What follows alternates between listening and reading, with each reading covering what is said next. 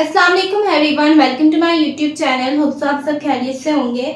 तो लास्ट जो हमारा लेक्चर था वो था बायनोमियल नोमेनक्लेचर के बारे में। हमने उसमें देखा कि बायनोमियल नोमेनक्लेचर क्या होती है, इसको जो है इसकी बुनियाद किसने रखी, ठीक है, वो सारी चीज़ें हमने उस लेक्चर में देख ली थी।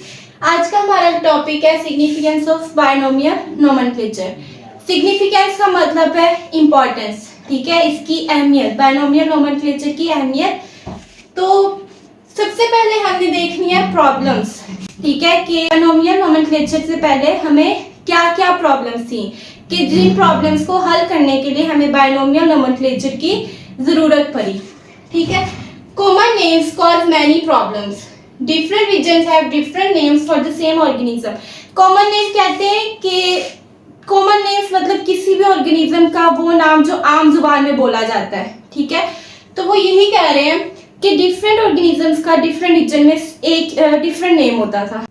फॉर एग्जांपल आप ऑनियन की एग्जांपल ले लें, उन्होंने दी भी हुई है कि ऑनियन जो है पाकिस्तान में ही देख लें तो कहीं पे इसको प्याज कहा जाता है, ठीक है, उर्दू में, कहीं पे इसको कहा जाता है बैसल, कहीं पे वैसल, कहीं पे गेंडा। तो ये इसके डिफरेंट नेम्स हैं एक ही कंट्री में, ठीक है। अब एक कंट्री में प्याज के इतने सारे नाम हैं तो दूसरी कंट्रीज में इसके कितने नेम्स होंगे।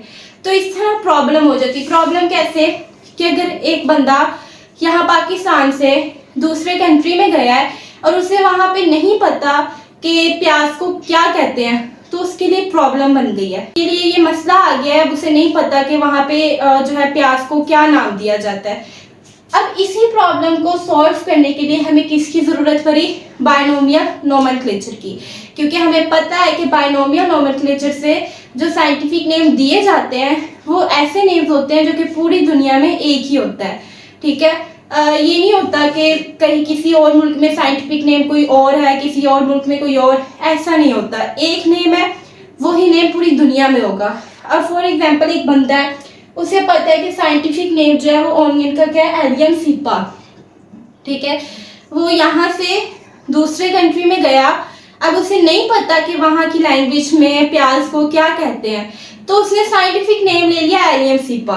अगर कोई एजुकेटेड पर्सन होगा उसे फौरन पता चल जाएगा कि ये साइंटिफिक नेम जो है वो किसके बारे में बोल रहा है, प्याज के बारे में, ठीक है। वो बंदा पहचान लेगा कि इसने किसकी बात की है, प्याज के बारे में।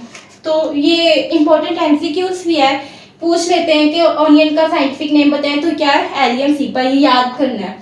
और कॉमन नेम्स भी आ जाता है शॉर्ट क्वेश्चन में, कॉमन नेम्स ऑफ ऑनियन।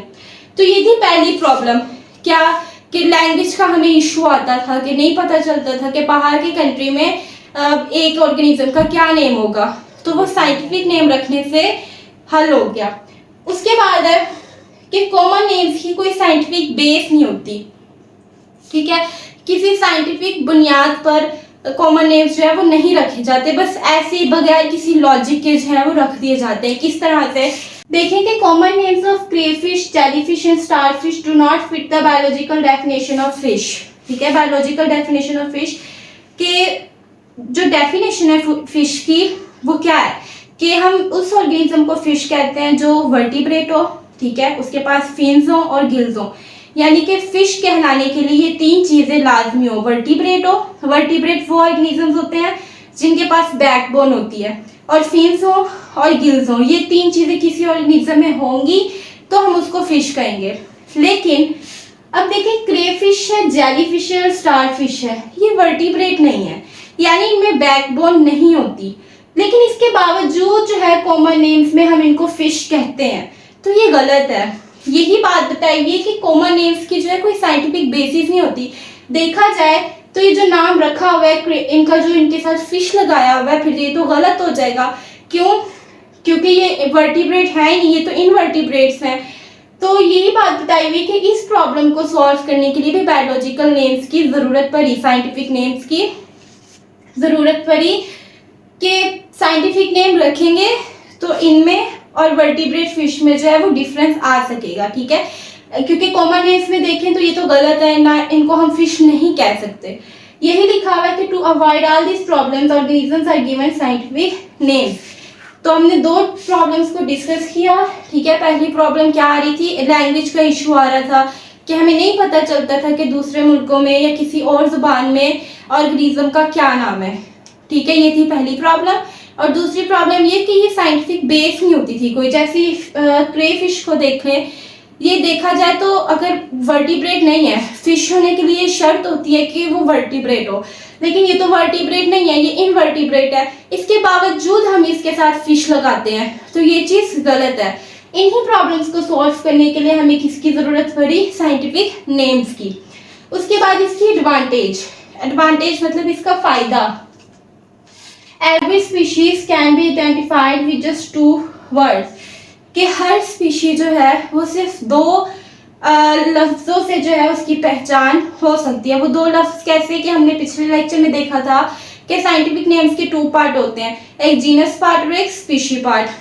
तो वो ही कह रहे हैं कि इन 2 वर्ड्स में, मतलब साइंटिफिक नेम 2 वर्ड्स में मुश्तमिल होता है ना, तो इन 2 वर्ड्स की वजह से हम किसी भी ऑर्गेनिज्म की पहचान कर सकते हैं। जैसे हमने यहाँ पे देखा कि आप किसी को कहें एलियन सीपा, अगर वो एजुकेटेड है उसे फौरन पता चल जाएगा इन 2 वर्ड्स की वजह से कि ये किसकी बात कर रहा है, प्याज की।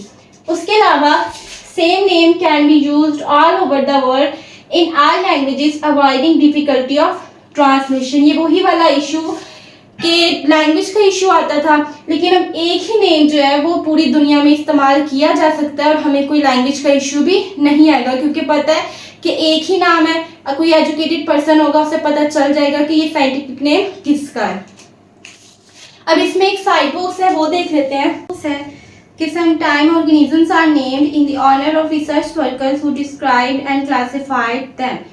कि समटाइम्स ऐसा क्या होता है कि जो साइंटिफिक नेम है किसी भी ऑर्गेनिज्म का, वो उसके रिसर्च वर्कर्स के नाम पर रख दिया जाता है। ठीक है, उन रिसर्च वर्कर्स के नाम पर जिसने उसको क्लासिफाई या उसको डिस्क्राइब किया होता है। For example, the orchid tree bauhinia bonny was named as Bauhinia variegata after the Swiss botanist Bauhin. ठीक है, एक ट्री है जिसका नेम है बाउनिया वेरिगाटा, उसका नाम रखा गया एक साइंटिस्ट के नेम पर जिसका नाम था बाउहिन। ठीक है, एक बॉटनिस्ट था जिसका नाम था बाउहिन, तो उसके नाम पर उस ट्री का साइंटिफिक नेम क्या रख दिया गया? Bauhinia variegata. तो Bauhinia variegata is an ornamental tree found in South East Asia. यानी बाउनिया वेरिगाटा जो है वो ऑर्नामेंटल यानी सजावटी दरख्त है और ये साउथ ईस्ट एशिया में पाया जाता है। उसके बाद नीचे एक और बॉक्स है जिसमें कॉमन नेम्स और साइंटिफिक नेम्स बताए हुए हैं। सबसे पहले ऑनियन का है, जो कि यहाँ पे मैंने लिख दिया था एलियन सीपा, ये आपने याद करने हैं, ठीक है, एमसीक्यूज में आ जाते हैं। दूसरा है कॉमन सी स्टार यानी स्टार फिश, उसका जो साइंटिफिक नेम है वो एस्टेरियस रूबन्स। उसके बाद हाउस क्रो, उसका नेम है कॉर्वस स्प्लेंडेंस। ये अपने साइंटिफिक नेम याद करने हैं। तो ये था आज का लेक्चर, होप आप सबको समझ आई होगी। अगर आप लोगों को समझ आ गई है तो वीडियो को लाइक और शेयर करना मत भूलिएगा।